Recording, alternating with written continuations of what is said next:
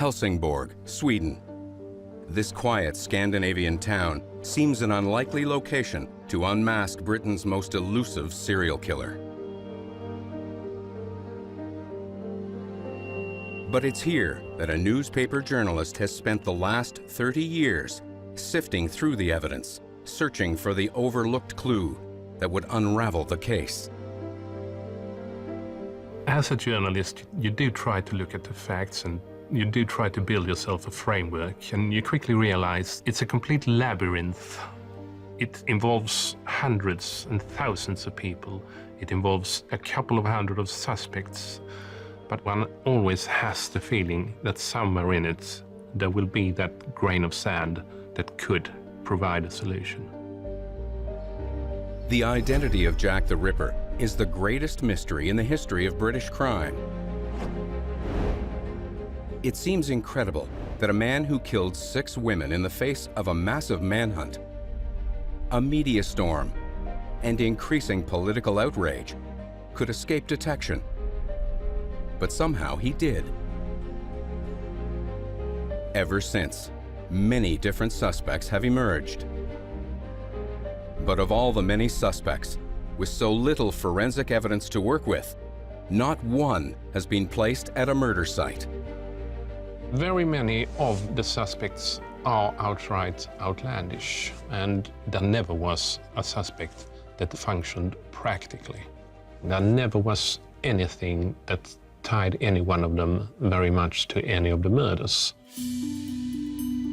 The few pieces of solid evidence that have come to light have been quickly discredited.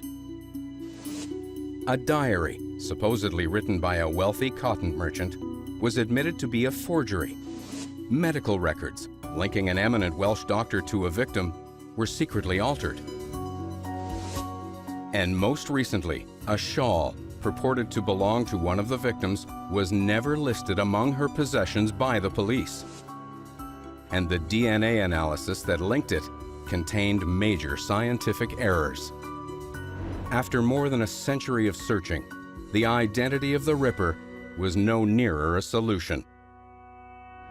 Yet Christer Holmgren was convinced that if the killer was to be found, he would be hidden amongst the army of ordinary men living in Whitechapel. Actually, we know that most killers of this type are people who have a propensity to melt into the woodwork. You don't see them, you don't realize them, you don't think that they would have done it.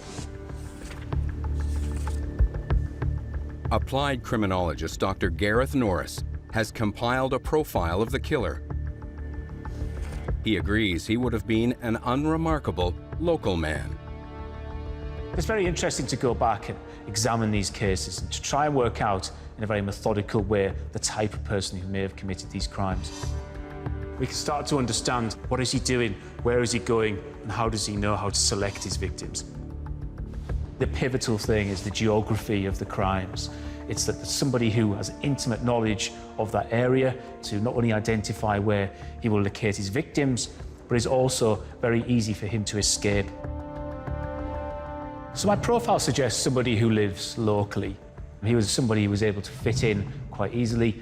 He was able to go about his business. Certainly as somebody who had reason really to be out in the streets at that time, and it wouldn't have seemed out of place at that time. Buried in the evidence collected by the police, there is a man who fits this profile. Crucially, the records show he was found at the scene of one of the killings, but he was never a suspect.